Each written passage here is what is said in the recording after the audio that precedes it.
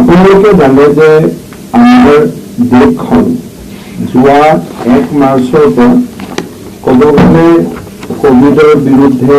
যুঁজ কৰোঁতে আমি 90টা দিন অতিবাহিত কৰিলোঁ।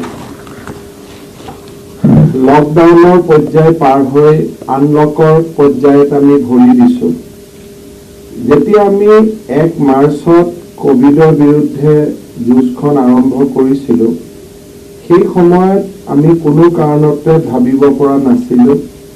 যে অসমে কি ধৰণে কোভিডৰ বিৰুদ্ধে যুঁজিব আৰু আমাৰ হাতত বেড কিমান, ICU কিমান, আমি কোন হস্পিটেলত পেচেণ্ট ৰাখিম, আমি টেষ্টিং কিমান কৰিছোঁ, বিভিন্ন প্ৰশ্নৰ মাজেৰে আমি যোৱা 90টা দিন আমি পাৰ কৰিছিলোঁ। কিন্তু যোৱা 90টা দিনত কোভিডৰ সংক্ৰমণ বৃদ্ধি হ'লেও তাৰ লগে লগে এক নতুন আত্মবিশ্বাসো আমাৰ মানুহৰ মাজত জন্ম হৈছে যে কোভিডৰ সংক্ৰমণ বাঢ়িলেও তাক মেনেজ কৰিবৰ কাৰণে, টেকেল কৰিবৰ কাৰণে স্বাস্থ্য বিভাগ এতিয়া সক্ষম আৰু তাৰ যিবিলাক প্ৰমাণ বা তাৰ যিবিলাক ইংগিত তাক আমি দেখা পাইছোঁ যে যিটো দিনা এটা কোভিড পেচেণ্ট হ'লে যোৰহাটত যেতিয়া প্ৰথম কোভিড পেচেণ্টটো হোৱাৰ কথা আছিলে, সেই সময়ত যি আমাৰ উৎকণ্ঠা যে এগৰাকী পেচেণ্ট আমি যোৰহাটত পাইছোঁ, হয় নে নহয়, সেই দিনটোৰ পৰা আজি আমি দিনত 170টালৈকে কোভিড পেচেণ্ট আমি সুন্দৰ কৰি মেনেজ কৰিছোঁ। কোনো ধৰণৰ শব্দ নোহোৱাকৈ, কোনো ধৰণৰ কথা বতৰা নোহোৱাকৈ গোটেই আমাৰ এণ্টায়াৰ ষ্টেট গভৰ্ণমেণ্ট মেচিনাৰী আজি এই কামবিলাক কৰিবলৈ সক্ষম হৈছে। 1 জুনৰ পৰা এটা নতুন পৰিৱেশ হ'ব আৰু সেই সংক্ৰান্তত আমি কথা পাতিম। কিন্তু তাৰ আগে আগে যোৱা 3 মাহত আমি যিবিলাক ভাৰতবৰ্ষৰ অন্যান্য ৰাজ্যৰ লগতে অসমে কাম কৰি যিবিলাক আমি নতুন নতুন কীৰ্তিমান স্থাপন কৰিবলৈ সক্ষম হৈছোঁ, তাৰ বিষয়ে মই আপোনালোকক উল্লেখ কৰি যাম। কিন্তু প্ৰাৰম্ভণিতে মই আপোনালোকক জনাব খুজিছোঁ যে আজিৰ মুহূৰ্তত আমাৰ অসমত যি এক্টিভ কেছ বুলি কওঁ, বা আমি যিটো কেছৰ ডেটা আপোনালোকক সদায় দিওঁ, প্ৰতিটো মুহূৰ্ততে এই ডেটা সলনি হৈ থাকে। কিন্তু আজি আমাৰ হাতত যিটো একেবাৰে আপ টু ডেট ডাটাটো হ'ল যে 1272টা এই মুহূৰ্তত অসমত কোভিড পেচেণ্ট আমি চিনাক্ত কৰিব পাৰিছিলোঁ আৰু আমাৰ ৰিলিজৰ সংখ্যা, ডিসচাৰ্জ পেচেণ্টৰ সংখ্যা 185লৈ বৃদ্ধি হৈছে। 185 পেচেণ্ট ৰিলিজ হৈছে আৰু এক্টিভ পেচেণ্ট আমাৰ লগত 1080 জন আমাৰ লগত এক্টিভ পেচেণ্ট আছে। যদি আমি মৰ্টেলিটি ৰেট বুলি কওঁ, এজ অফ নাও দ্য মৰ্টেলিটি ৰেট ইজ মিয়াৰ 0.32%, অৰ্থাৎ 0.32%, 1%তকৈ কম 0.32% আজি আমাৰ মৰ্টেলিটি ৰেট আছে। তাৰ বিপৰীতে আমি দেখা পাওঁ যে সমগ্ৰ দেশতে আজি কেছ বাঢ়িছে আৰু ভাৰততো 1,82,143টা কেছ চিনাক্তকৰণ কৰা হৈছে। কিন্তু আমাৰ দেশতো দেখা পোৱা গৈছে যে ৰিকভাৰী পাৰ্চেণ্টেজ গৈ অলমষ্ট 50%ত ভৰি দিব সময় হৈছে। অসমত ৰিকভাৰী পাৰ্চেণ্টেজ এতিয়াও আমাৰ অলপ শ্ল', প্ৰাইমেৰিলি কাৰণ আমাৰ কেছ যি ডিটেক্ট হৈছে, almost all 1000 patients have been detected just 7 days ago. বাট মই ভাবোঁ ইন নেক্সট 3 to 4 daysত আমাৰ ৰিকভাৰী পাৰ্চেণ্টেজো বহুত গুণে বৃদ্ধি হ'ব। আমি যদি আৰু অলপ অসমৰ কোভিডৰ ভিতৰলৈকে সোমাই যাওঁ, তেতিয়াহ'লে আমি দেখা পাওঁ যে ডাবলিং ৰেট। প্ৰথম পৰ্যায়ত আমাক লাগিছিলে যে 1ৰ পৰা 157টা যেতিয়া কেছ হৈছিল আমাক 51 দিন লাগিছিল অৰ্থাৎ 51 ডেজত আমাৰ 1ৰ পৰা 157টা কেছ হৈছিল 157ক যদি এটা আমি মানদণ্ড বুলি ধৰি লওঁ 157ৰ পৰা 346 তাৰমানে ডাবল হওঁতে আমাক সময় লাগিছিল যে মাত্ৰ 4 দিন অৰ্থাৎ 157 লৈকে সময় লাগিছিল 51 দিন 1ৰ পৰা 157 হওঁতে কিন্তু 157ৰ পৰা 346 হওঁতে আমাৰ লাগিলে মাত্ৰ 4 দিন 346ৰ পৰা 682 হওঁতে আমাক আৰু কম সময় লাগিলে মাত্ৰ 3 দিন অৰ্থাৎ 3 দিনত আমি ডাবলিং ৰেড হলো আৰু দেশৰ ভিতৰতে এটো সৰ্বশ্ৰেষ্ঠ বুলি বা আটাইতকৈ বেছি বুলি আলোচনাও হ'ল তাৰ পিছত নেক্সট ক্লটত 4 দিন আমাৰ লাগিলে ডাবল হওঁতে 682 পৰা 1216 এই গোটেইখিনি যদি আমি চাওঁ যে 157ৰ পৰা 1216 লৈ এই গোটেই যাত্ৰাটো সমাজৰ পৰা কিন্তু পজিটিভ পেশেন্ট আমি পোৱা নাছিলো almost all the positive patients are from our quarantine center Assam লোক আছে যোনে কয় কোৱাৰেণ্টাইন চেণ্টাৰ হ'ল তাৰমানে কোৱাৰেণ্টাইন চেণ্টাৰ বিলাকত কিবা ঘটনা ঘটিছে নেকি আসলতে কোৱাৰেণ্টাইন চেণ্টাৰত সোমোৱাৰ আগতে চেম্পল লোৱা হয় বা যদি কিবা কাৰণত আগত চেম্পল লোৱা নহয়ও on the first day in the quarantine centre sample লোৱা হয় গতিকে এই কেছবোৰ বহিৰাজ্যৰ পৰা লৈ আহা নহলে ৰেল পথত বা বাছৰ গোটেই যাত্ৰাটোত এই কেছবিলাক আমি পোৱা এই ধৰণৰে অসমখনত কেছৰ সংখ্যা বাঢ়ি আজি 1200 অতিক্ৰম কৰিছিল আমি যদি চাব যাওঁ জিলা ৱাইজ তেতিয়াহ'লে আজিৰ দিনত আটাইতকৈ বেছি কেছ হৈছে হোজাই জিলাৰ 177 জন 177 is from হোজাই গোলাঘাট জিলাত 160 গৰাকী পেশেন্ট আমি দেখা পাইছো কামৰূপ মেট্ৰত 134 গৰাকী কিন্তু এই ডেটাটো এই কাৰণে পিয়ৰ নহয় যে আজি কামৰূপ মেট্ৰত ৰাজ্যখনৰ বহুত মানুহ ইয়াতে আহি আছে গতিকে এইখিনি not necessarily from Kamrup Metro but they have been tested positive in Kamrup Metro আৰু তাৰ পিছত যদি আমি চাব যাওঁ তেতিয়ালে আমি দেখা পাওঁ যে মৰিগাঁৱত 79 জন নগাঁৱত 59 জন আৰু সৰ্বনিম্ন হিচাপে আমি দেখা পাওঁ যে মাজুলীতে আটাইতকৈ কম এটা গোচৰ এটা পেশেন্ট আমি দেখা পাইছো আৰু ওয়েষ্ট কাৰ্বি আংলঙত দুটা কিন্তু আজিৰ দিনত ৰাজ্যখনৰ প্ৰতিখন জিলাতে কোভিডৰ পজিটিভ পেশেন্ট বা পজিটিভ কেছ পোৱা গৈছে ইয়াৰ পিছত আমি যদি চাব যাওঁ source of the case code যে হাউ আমি কেস কেনেকে পাই আছো প্ৰথম হল যে পাব্লিক জামাতৰ পৰা আমি 36টা কেস পালো 36 যিকেইটা পাব্লিক জামাতৰ লগত জড়িত পাব্লিক জামাতৰ যদি আমি কেস পালো তাৰ লগত যে কন্টাক্ট ট্ৰেসিং হল পৰৱৰ্তী পৰ্যায়ত directly not public jamat but indirectly related to public jamat আৰু বাহিলে 32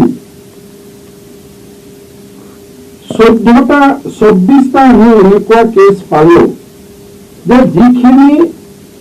অসমত হৈছে কিন্তু তাৰ কোনো ট্ৰেভেল হিষ্ট্ৰি নাই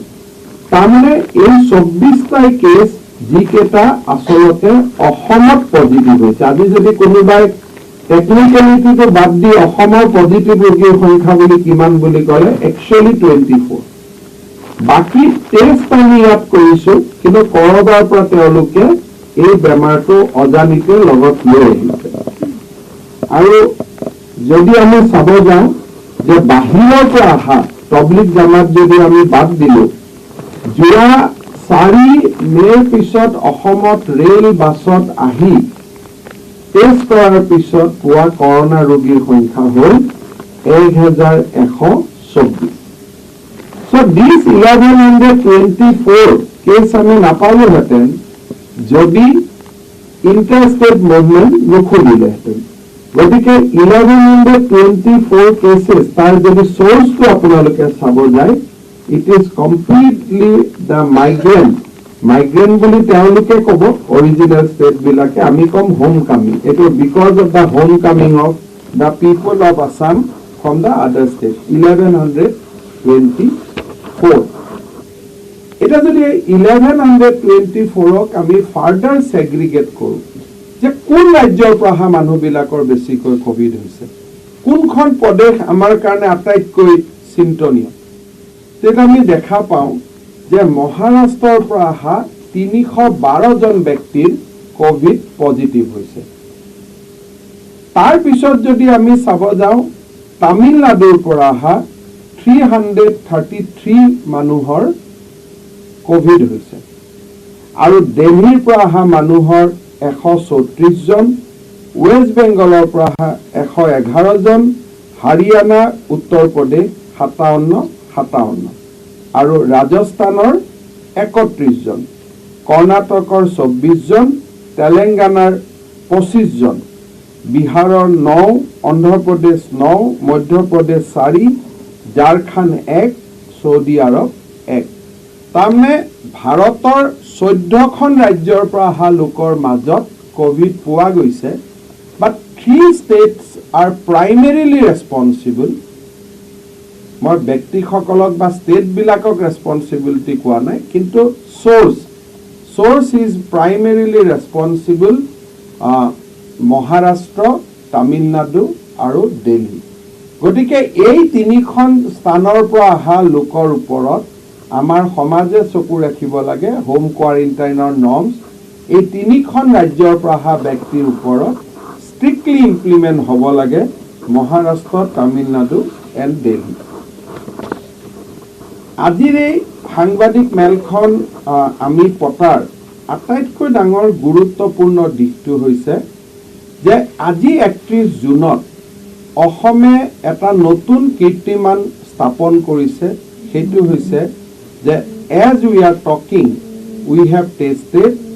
1 লাখ পিপল। 1 লাখ মানুহক আমি টেষ্ট কৰিব পাৰিছোঁ। কেৰালাই হওক, পশ্চিমবংগই হওক, আমি বহুত ৰাজ্যক পিছফালাই লৈ গ'লো। And today we have achieve the milestone of testing 1 lakh corona patient, corona test, 1 lakh test for corona, positive negative বেলেগ কথা, বাট টোটেল এই মুহূৰ্তত আমি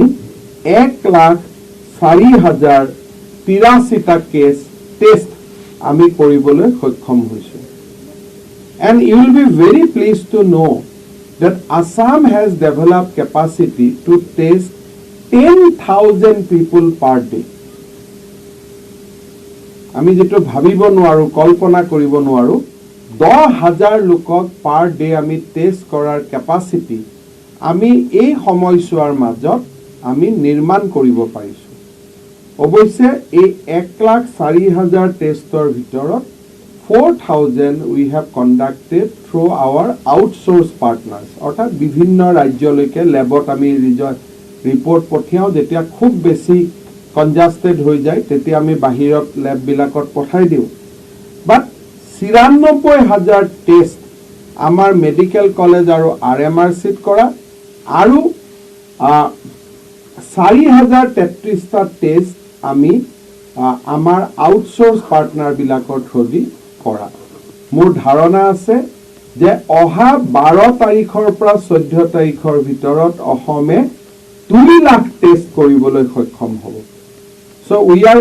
are going to achieve 2 lakh tests either by 12 or 14, but definitely before 15th of June. গতিকে মই ভাবো যে যিবিলাক ৰাজ্যৰ কাৰণে যে কেনেকে অসমৰ যেতিয়াই অসমলৈকে সংকট আহিলে, অসমলৈকে প্ৰত্যাহ্বান আহিলে, how collectively আমি ৰেম্প আপ কৰিলো। This is a shining example of public services. যে মই ভাবো যে কোনো ৰাজ্যত কোনো প্ৰদেশত এই ধৰণৰ জনসেৱাৰ উজ্জ্বল দৃষ্টান্ত দাঙি ধৰিব পৰা হোৱা নাই আপোনালোকে জানে যে কালেকশ্যন অফ স্যাম্পল 1 লাখ মানুহৰ স্যাম্পল কালেক্ট কৰোতে আমাৰ ল্যাবৰেটৰী টেকনিশিয়ান সকলে তেওঁলোকে নিজৰ সুৰক্ষাৰ প্ৰতি চিন্তা নকৰি তেওঁলোকে 1 লাখ লোকৰ ওচৰত গৈ তেওঁলোকে কালেকশ্যন কৰিছে ট্ৰান্সপোৰ্টেশন অফ দিস 1 লাখ স্যাম্পল তাৰ পিছত এই স্যাম্পল বিলাক প্ৰসেস কৰা ৰিপোৰ্ট কৰা আৰু সেইবিলাকৰ ভিত্তিত একশন লোৱা অসমৰ দৰে এখন দেশত য'ত ৰাজ্যত য'ত এনআইভি পুনেত আমি মাৰ্চ মাহত স্যাম্পল পঠাবলগীয়া হৈছিল just within 1 month we could ramp up testing facility to 1 lakh আৰু আজি মই কনফিডেন্টলি ক'ব পৰা অৱস্থাত আছো যে probably before 15 June we will touch the figure of 2 lakh test আজি যিবিলাক ৰাজ্যত এটো আমি আলোচনা কৰো যে as a model of health care so তাৰ তুলনাত আজি অসমে বহু বেছি আজি আমি টেষ্ট কৰিব পাৰিছো আৰু যদি মই জাস্ট ফিগাৰ এটা আপোনালোকক দিব পাৰো Jorhat Medical College has tested 12,732 Silchar Medical College has tested 9,111 Guwahati Medical College has tested 22,000 Assam Medical College has tested 5,100 Tezpur Medical College has tested 12,450 Borpeta has again tested 22,000 tests have been done in Borpeta Medical College RMRC Lahwal 12,905 তেওঁলোকে আৰু test কৰিছে north ইষ্টৰ বাকি ষ্টেটৰ কাৰণে দাক আমি ইয়াত ডাটাত include কৰা নাই আৰু আউটসোৰ্স আমি টেষ্ট কৰিছো only 4,033 from next week we are going to activate 2 to 3 more labs so our ability to test will go up to 10,000 per day আৰু আমি বহুখিনি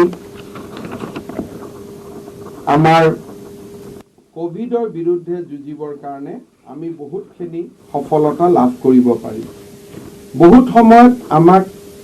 প্ৰশ্ন সোধা হৈছিল যে ইয়াত মহেন্দ্ৰ মোহন চৌধুৰী হস্পিটালটো পুৰা হৈ গ'ল এতিয়া আপুনি ক'ত ৰাখিব So today we have the capacity to keep 4,232 COVID positive people.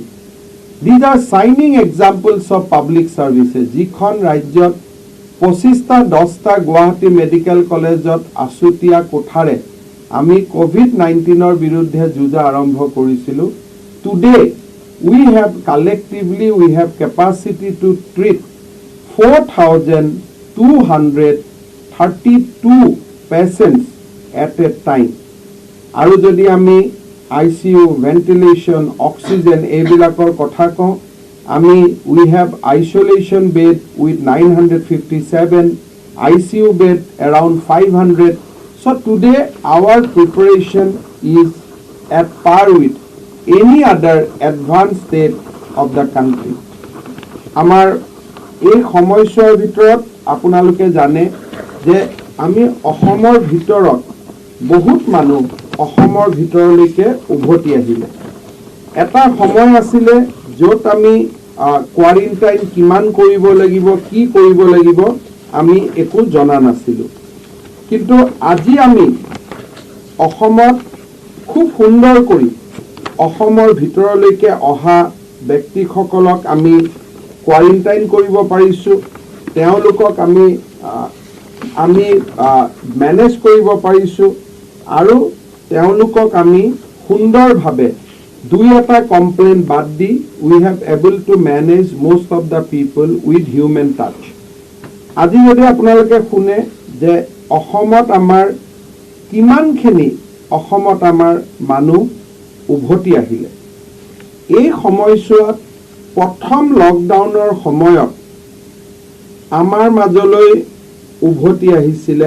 25,774 গৰাকী ব্যক্তি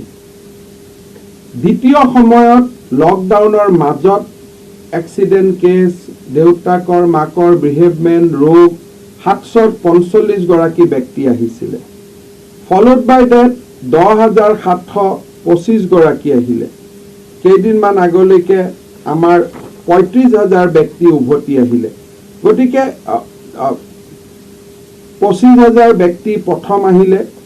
ডিউৰিং দ্য লকডাউন 1,52,000 ব্যক্তি ঘূৰি আহিলে আৰু 18 তাৰিখৰ ভিতৰত 51,000 ব্যক্তি ঘূৰি আহিলে so যদি if somebody can count 25,774 1,52,599 আৰু 51,550 এইখিনি ঘূৰি অহা মানুহক আজি আমি ইনষ্টিটিউচনেল কোৱাৰেণ্টাইন কৰিছো হোম কোৱাৰেণ্টাইন কৰিছো ষ্টেচনৰ পৰা ঘৰত লৈ গৈছো ষ্টেচনৰ পৰা জিলাত লৈ গৈছো জিলাৰ পৰা ঘৰত লৈ গৈছো 7 দিন আমাৰ লগত ৰাখিছো 7 দিন ঘৰত ৰাখিছো আৰু আপোনালোকে যদি এক্সেপশন দেখা পায় 2 জন 3 জন 5 জন 10 জন ব্যক্তিৰ বাহিৰে 2,25,000 ব্যক্তিক আমি আজিৰ দিনটোলৈ কোৱাৰেণ্টাইন কৰিছো সো 2,29,893 জন ব্যক্তি ইমানখিনি মানুহ অসমত উভতি আহিছে and each and everybody has been put either home quarantine or institutional quarantine north ইষ্টৰ পৰা 50,000 মানুহ ঘূৰি আহিছে তেওঁলোকক আমি টেষ্ট কৰা নাই আগত আমি কৈছিলো কিন্তু 2,29,000 2,30,000 ব্যক্তিৰ কোৱাৰেণ্টাইন কৰা তেওঁলোকৰ খোৱা বোৱা তেওঁলোকৰ চিকিৎসা ৰাজ্যত কোভিড-19 অবিৰত সন্ত্ৰাস দৈনিক চিকাৰ শতাধিক এ পৰ্যন্ত আক্ৰান্ত সংখ্যা 1272 জনলৈ বৃদ্ধি মহানগৰীত নতুনকৈ 2টা স্থান কণ্টেইনমেণ্ট জোন ঘোষণা অচিৰে আঁতৰিব চেলুন ৰেষ্টুৰাৰ নিষেধাজ্ঞা পঞ্চম পৰ্যায়ৰ লকডাউনৰ পৰ্যায়ক্ৰমে শিথিল প্ৰতিবন্ধকতা 8 জুনৰ পৰা খুলিব ধৰ্মীয় অনুষ্ঠান শ্বপিং মল হোটেল পাৰ্লাৰ নিশা 9 বজাৰ পৰা পুৱা 5 বজালৈ অব্যাহত থাকিব সান্ধ্য আইন দেৱাশিষ হত্যাকাণ্ড জোকাৰিছে সমগ্ৰ ৰাজ্য উন্মত্ত জনতাৰ আক্ৰমণত প্ৰাণ হেৰুওৱা দেৱাশিষ গগৈৰ হত্যাৰ ন্যায় বিচাৰৰ দাবী ৰাজ্যবাসীৰ লোমহৰ্ষক ঘটনাত জড়িত 4 অভিযুক্ত গ্ৰেপ্তাৰ গাভৰু 28 হিলৰ প্ৰাকৃতিক সৌন্দৰ্য উপভোগ কৰিবলৈ গৈ আক্ৰমণৰ বলি হৈছিল দেৱাশিষ গগৈ আন্তঃৰাষ্ট্ৰীয় বক্সাৰ ডিংকু সিং কৰোনা ভাইৰাছত আক্ৰান্ত 26 এপ্ৰিলত চিকিৎসাৰ বাবে দিল্লীলৈ গৈছিল ডিংকু সিং চিকিৎসাৰ অন্তত দিল্লীৰ পৰা ব্যক্তিগত বাহনেৰে মণিপুৰলৈ আহিছিল বক্সাৰগৰাকী বঙাইগাঁৱত কোভিড আক্ৰান্তৰ মুক্ত বিচৰণক লৈ তীব্ৰ আতংক হায়দৰাবাদৰ পৰা উভতাৰ পিছতে যুৱকৰ দেহত ওলাল কোভিড-19 পজিটিভ বৈতামাৰীৰ পঞ্চগাঁৱত গণসংক্ৰমণৰ শংকা যুৱকৰ লগত পৰিয়ালৰ 3 জনক কোৱাৰেণ্টাইন এতিয়াৰ পৰা প্ৰাকৃতিক দুৰ্যোগ হিচাপে বিবেচিত হ'ব খহনীয়া পঞ্চদশ বিত্ত আয়োগে অনুমোদন জনাইছে সোণোৱাল চৰকাৰৰ প্ৰস্তাৱত খহনীয়াগ্ৰস্ত পৰিয়ালে এছটিআৰএফ এনডিআৰএফ শিতানত এতিয়াৰে পৰা লাভ কৰিব সাহায্য 8 জুনৰ পৰা ধৰ্মীয় অনুষ্ঠান খোলাৰ অনুমতি দিলেও 30 জুনলৈকে বন্ধ থাকিব শক্তিপীঠ কামাখ্যা জুলাইৰ প্ৰথম সপ্তাহত ভক্তৰ বাবে মুকলি হ'ব কামাখ্যাৰ দুৱাৰ 21 জুনৰ পৰা 26 জুনলৈ ধৰ্মীয় ৰীতি নীতি অনুসৰি সম্পন্ন হ'ব অম্বুবাচী ভক্তৰ সমাগমত বাৰণ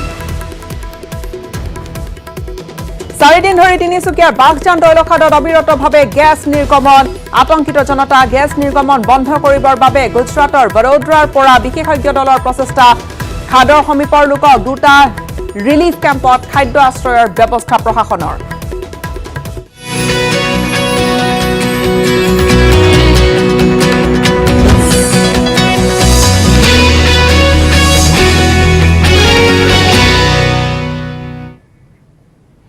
ব্ৰেকিং নিউজ আৰম্ভণিতে 6 জুনত ঘোষণা হ'ব এইচএছএলচিৰ ফলাফল শনিবাৰে পুৱা 9 বজাত ঘোষণা হ'ব এইচএছএলচিৰ ফলাফল প্ৰথমবাৰলৈ অনলাইন যোগে দিয়া হ'ব এইচএছএলচিৰ ফলাফল হিয়া সম্পূৰ্ণৰূপে অনলাইন পদ্ধতিৰে হ'ব এইবাৰৰ ফলাফল সংবাদ মেলত আজি ঘোষণা কৰিছে মন্ত্ৰী হিমন্ত বিশ্ব শৰ্মাই ব্ৰেকিং নিউজ এই মুহূৰ্তত যিসকল পৰীক্ষাৰ্থী আছিল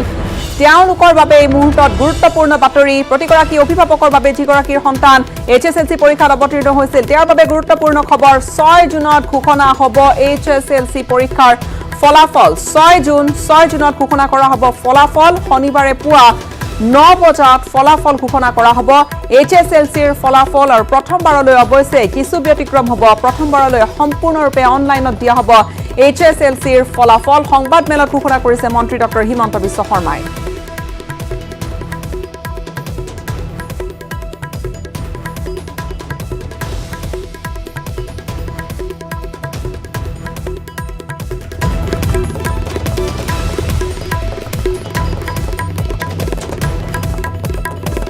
ব্ৰেকিং নিউজ এই মুহূৰ্তত 6 জুনে ঘোষণা কৰা হ'ব 6 জুনতে HSLC পৰীক্ষাৰ ফলাফল শনিবাৰে পুৱা 9 বজাৰ লগে লগে ৱেবছাইটত উপলব্ধ হ'ব ফলাফল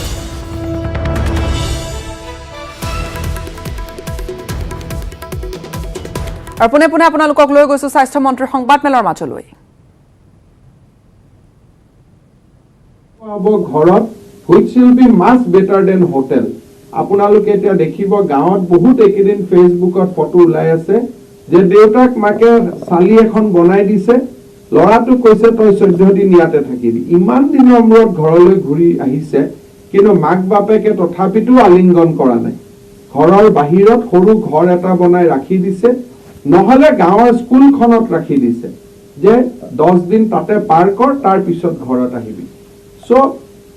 by ramping up more and more testing numbers we want to reduce the institutional quarantine thereby saving public money ৰাজহুৱা ধন সঞ্চয় কৰিব খুজিছো কোৱাৰেণ্টাইনৰ ইনষ্টিটিউচনেল কোৱাৰেণ্টাইন আমি কমাব খুজিছো by 10th of June আমি 4 দিনৰ কোৱাৰেণ্টাইনলৈকে আহিবৰ বাবে আমি প্ৰস্তুত হৈছো but not without testing এনেকুৱা নহয় যে 4 দিন হৈছে আমি পাৰ কৰি দিছো with proper test report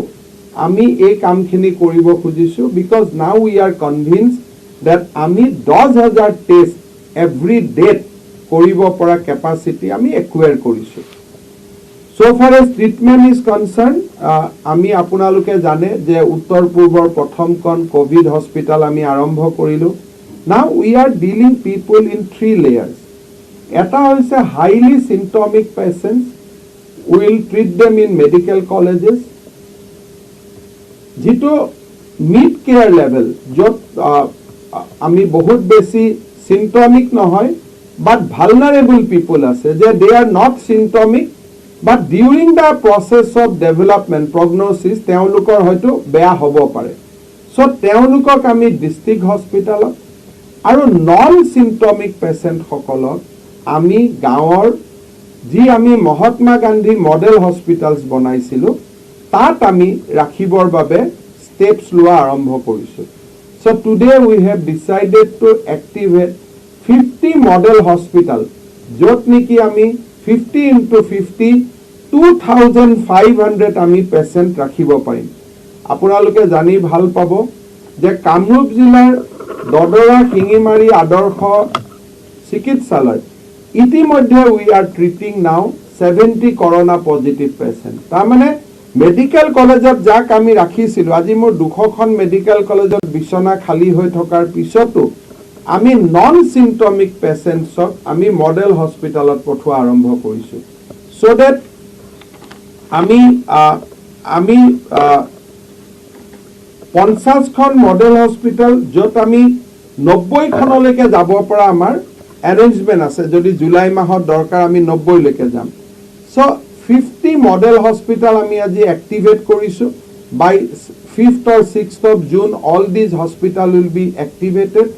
non symptomatic patients will go non symptomatic মানে লক্ষণ নেদেখুৱা পেশেন্ট সমূহ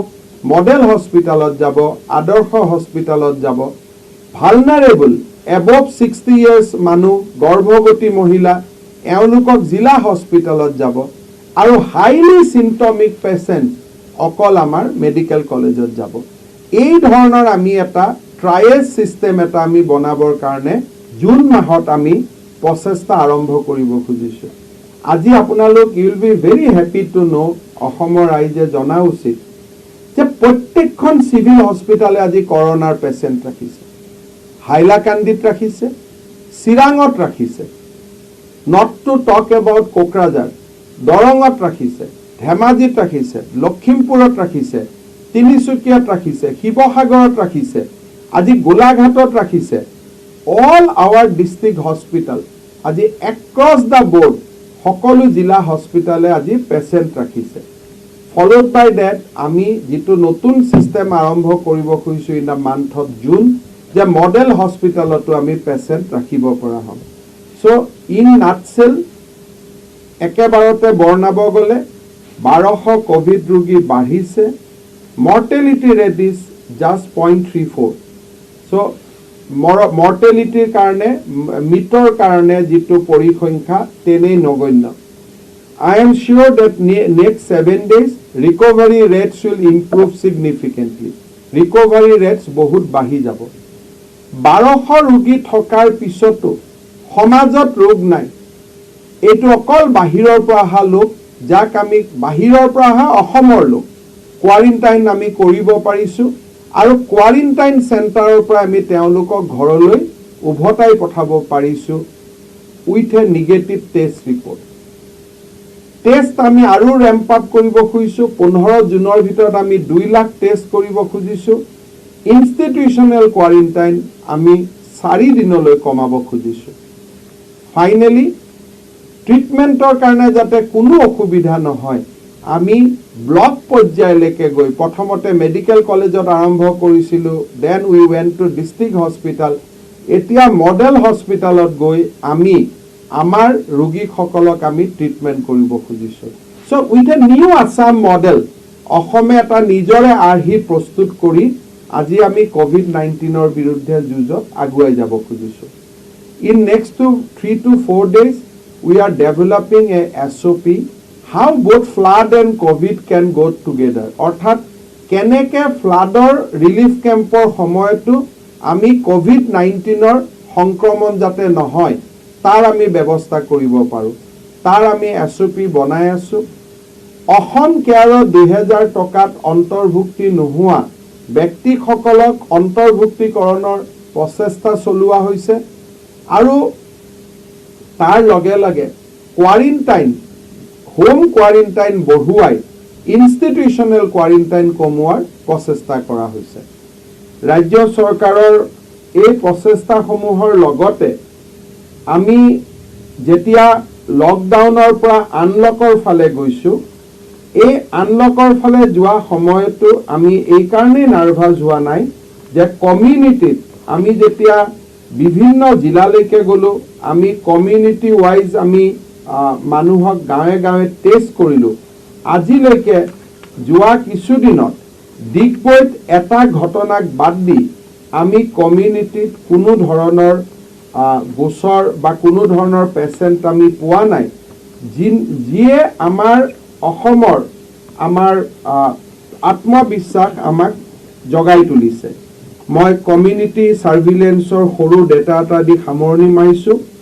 29771 খন গাঁৱলৈ আমি যাব পাৰিছিলো 29771 26000 ব্যক্তিক আমি পাইছিলো যাৰ জ্বৰ আছিল ইনফ্লুৱেঞ্জা লাইক জ্বৰ 6187 জনৰ আছিল আৰু এই সকলৰ ভিতৰত আমি মানুহক কোৱাৰেণ্টাইনো কৰিছিলো সকলো কৰিছিলো কিন্তু এই সকলৰ ভিতৰত আমি কোনো কোভিড পজিটিভ কেছ আমি নাপালো তাৰ মানে সমাজত আজিৰ দিনত কোভিড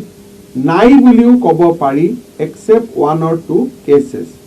অৱশ্যে এই সময়ছোৱাত আমি গাঁৱত যোৱাৰ বাবে আমাৰ লাভ হৈছিল আমি মেলেৰিয়াৰ 6টা কেছ আমি পাব সক্ষম হৈছিল আৰু জাপানিজ এনকেফেলাইটিছৰ কাৰণেও আমি 16টা স্যাম্পল আমি সংগ্ৰহ কৰিছিল বিশেষ মোৰ ফালৰ পৰা ক'বলগীয়া নাই ৰাজ্য চৰকাৰৰ কৰ্মচাৰীসকলৰ বাবে এটা সুখৰ খবৰ যে অহা কালিৰ পৰা তেওঁলোকে নিজৰ দৰমহা ল'ব পাৰিব আৰু আমি অৰ্থনৈতিক যেটো দিশ সেইটোটো আমি খুব ভাল কৰি আগুৱাই গৈ আছো এপ্ৰিল মাহত আমাৰ ট্যাক্স জিএসটি কালেকশন আছিল 147 crore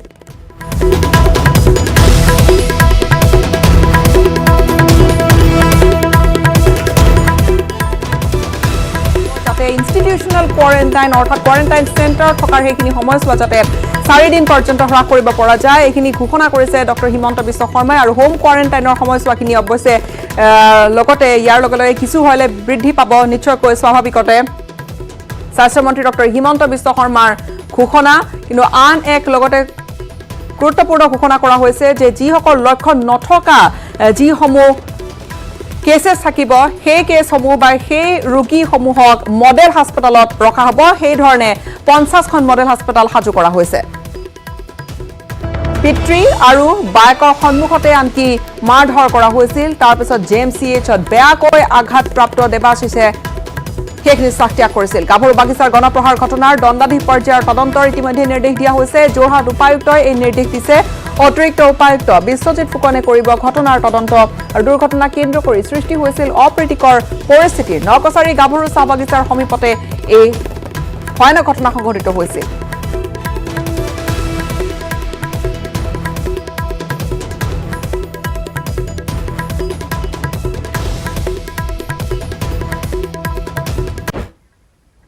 মন্ত্ৰী হিমন্ত বিশ্ব শৰ্মাৰ সংবাদমেললৈ আপোনালোকক পুনৰবাৰ লৈ যাবলৈ বিচাৰিম।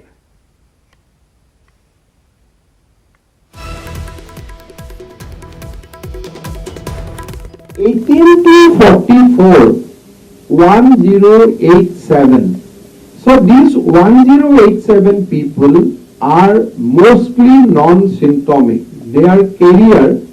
but there is no threat for their life. So they must be treated with normal paracetamol. But 45 to 64 is 80, 65 plus is 9. So 89% were intense treatment were given or are giving. We are giving them now. So out of the whole lot, 89% where we have to treat them practically in an effective manner. This male and figure is also very, very important, that out of 12,016%, 1157% are male. So even apne sabo pare that only 59% out of these are female. Amar kane eta khub bhal khobor je keba gorakiu garbhavati mohilar ami treatment korisu with COVID. 59% the mohila ase, but most of them has gone back to home with a healthy pregnancy. Eto nohoy je there was some kiba negative effect korise. Moi nije MMC egoraki mohilak release korisilu. So teoloke amak koise je as a healthy mother or healthy expecting mother, she has gone back. Basic আমাৰ problem হৈ আছে যত immuno compromise আছে। মুম্বাইৰ পৰা অহা cancer patient সকলক আমি এতিয়াও ঘৰত পঠাব পৰা নাই, because their viral load is still high. যেনেকৈ আমি গুৱাহাটীত মংগু সাহানিক পাইছিলো, his viral load is very, very high. যেতিয়া টেষ্ট কৰো at any point of time এইটো এটা খুব সাংঘাতিক strain আছিলে, যে যিটো strain ইমান মানুহক দি দিছিলে, and it is very, very high. He is having very high viral load. যেনেকৈ neurology এগৰাকী patient আছিলে, he was for some other reason he was in television, but মই daily সেই কেছটো monitor কৰি আছো যে সদায় positive পাই আছে. He has been tested for 7 or 8 times. So there are some patients with whom we are finding difficulty, but this number is not more than 80-89%. Thank you. Bharat চৰকাৰৰ গাইডলাইনখনে মোৰলেছ আমি মানিম। কালি DIPৰ পৰা আপোনালোকে ৰিলিজ পাই যাব যে মোৰলেছ মই আপোনালোকক আগত প্ৰেছত শ্বেয়াৰে কৰিছিলো যে আমি কণ্টেইনমেণ্ট জোনতে ৰেড অৰেঞ্জ বিচাৰো। ভাৰত চৰকাৰে আমাৰ পৰামৰ্শখিনি মানি লৈছে। আমি 9টা বজাৰ পৰা কাৰফিউ আমাক লাগে বুলি কৈছিলো, সেইটোও মানি লৈছে। আৰু স্কুল কলেজৰ ৰিঅপেনিংটো গ্ৰেজুৱেলি হ'ব লাগে বুলি আমি কৈছিলো, that has been accepted. So we are in same page with the government of India. সেইকাৰণে অসুবিধা একো নাই, আমি ধুনীয়া কৰি ভাৰত চৰকাৰৰ গাইডলাইনখিনি মানি অসম চৰকাৰৰ গাইডলাইন ইস্যু হৈ যাব। যিমানখিনি ভাৰত চৰকাৰে দিছে, কাৰণ যদি সমাজত কোভিড নাই তেতিয়াহ'লে ৰেষ্ট্ৰিকশ্যনটো আমি এনেই কিয় ৰাখি থওঁ, কিন্তু যদি কোৱাৰেণ্টাইন ফেইল কৰে তেতিয়াহ'লে আমি কি সিদ্ধান্ত ল'ব লাগিব আমি নাজানো। But as long as quarantine system is robust and quarantine system is working, যেতিয়ালৈকে কোৱাৰেণ্টাইন ব্যৱস্থাটো শক্তিশালী হৈ থাকে তেতিয়া আমি আতংকিত হ'বলগীয়া কোনো কাৰণ নাই, কাৰণ 29,000 গাঁৱত গৈতো আমি এজনো কোভিড পেচেণ্ট নাপালো। গতিকে তাত ৰেষ্ট্ৰিকশ্যন ৰাখি আমি কি কৰিম যদি কোভিড পেচেণ্ট নাই। কিন্তু যদি আমি মাস্কখন মাৰি থাকো, 2 মিটাৰৰ দূৰত্ব বজাই ৰাখো আৰু আমি যদি অলাগতিয়াল ভিৰ ভাৰ নকৰো তেলে আমি সমাজখনক নিৰাপদে ৰাখিব পাৰিম হেইটোৱে হৈছে মূল মন্ত্ৰ So to ask that quality of question, now that the quality interview has been 4 days. No, Karishma, please do not make me wrong little bit. We said our aim is to reduce 4 days. That we will achieve in the month of June. So we are not achieving that. As of now, quarantine is 7 days. It will take 10-15 days for us to make ourselves to take to that level. This is our promise that yes, month of June we will try for that. So as of now we are in May. So by 30th June, when I will come back to you, I will say that yes, we have told you that our quarantine will be 4 days institutional quarantine. Today we are in a position to give report in 4 days and here we are. So aji etu nohoy, this is just a goal for ourselves. Community surveillance second round start korbo niki? Ami second round 7 tarikhor pa start korim. Same villages, but new doctors will go. Not the same doctor team, the other doctor teams will go. Minister,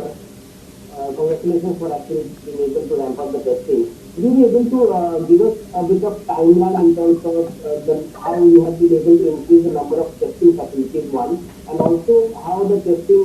got ramped up? If you can provide us later also, but the timeline is a bit of data. And secondly, there is another concern is that with growing number of cases, the spike, as you pointed out, is basically people coming from outside. But what we have seen in the states which have been affected is that not frontline workers who are not in medical duties, like policemen, like municipality workers, and even non-medical workers of the health department, like we in Guwahati also we see a lot of your officials are on the front line. So will you be testing these people? Is there anything in your mind? First of all, we are regularly testing symptomatic people who are in duty. So anybody who is showing slightest symptom, we are repeatedly testing them, and there are people in our department and outside the department who tested positive. Recently, one lab tech from Soru Sajai, one lab tech from MMCH. So regularly out of this data, there will be 10 to 12 people from our department or from the people who are working along with us have been tested positive. So there is a standing instruction to everyone that whenever you have shown some symptom, because now we know what actually symptom means. So immediately you offer yourself for the testing. So that we are also taking simultaneously. Regarding how we have ramped up, this is a very, very important story. Basically, as you know, that to ramp up a testing facility, first you need technique, second you need equipment. So when we started with 2 biosafety cabinets and 1 RT-PCR. So we placed order for more biosafety cabinet, more RT-PCR. আমি দেখা পালো যে আমাৰ লগত নাই, contractor সকলে সাপ্লায়াৰ সকলে দিব নোৱাৰে। We convene a meeting with all the research institute যি অসমত কাম কৰি আছে। তেওঁলোকক আমি সুধিলো যে do you have biosafety cabinets, do you have RT-PCR meetings? So টেলিৰ পৰা আৰম্ভ কৰি Cachar cancer institute, Tezpur university, Guwahati বিশ্ববিদ্যালয়, NIPER, biotech park, veterinary department, Assam agriculture university, everybody has offered their equipments to us. So যি মেডিকেল কলেজত 1 RT-PCR আছিল তাতে আমাৰ 2টা হৈ গ'ল, য'ত 2টা বায়োসেফটি কেবিনেটছ আছিল তাত আমাৰ 4টা হৈ গ'ল। Now in the next leg আমি দেখিলো যে there are certain research institute where facilities are available, আমি manpower provide কৰিলে things can change. So Indian Institute of Advanced Studies য'ত অহাকালি আমি সকলোৱে মিলি নতুন টেষ্টিং ল্যাব এটা আৰম্ভ কৰিম। So this is a unique collaboration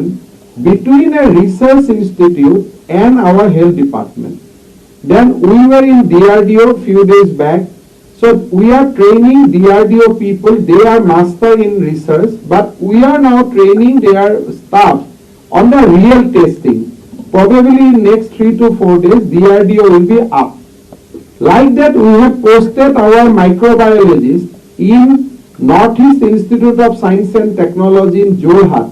They have very good establishment. So already a research testing lab is up there. Diphu medical কলেজত আমি গুৱাহাটী বিশ্ববিদ্যালয়ৰ RT-PCR মেচিন লৈ গৈ ডিফুত ইনষ্টল কৰিছোঁ. So now Diphu will be up next 3 to 4 days. So with a big collaboration with lot of research institute, lot of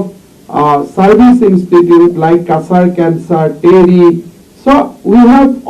have seek cooperation for everybody, and all this happened in last 20 days. So we had a meeting in the May 1st week. Tetialeke amar 30,000 tests asile. So immediately, because of the help they have offered to us, we could ramp up 70,000 more tests in the month of May.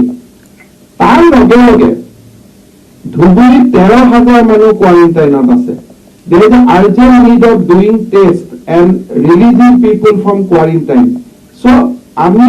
ভাৰতৰ বিভিন্ন ৰাজ্য চৰকাৰে এমপেনেল কৰি থৈ দিয়া, suppose হাৰিয়ানাই কাবাক কৰিছে,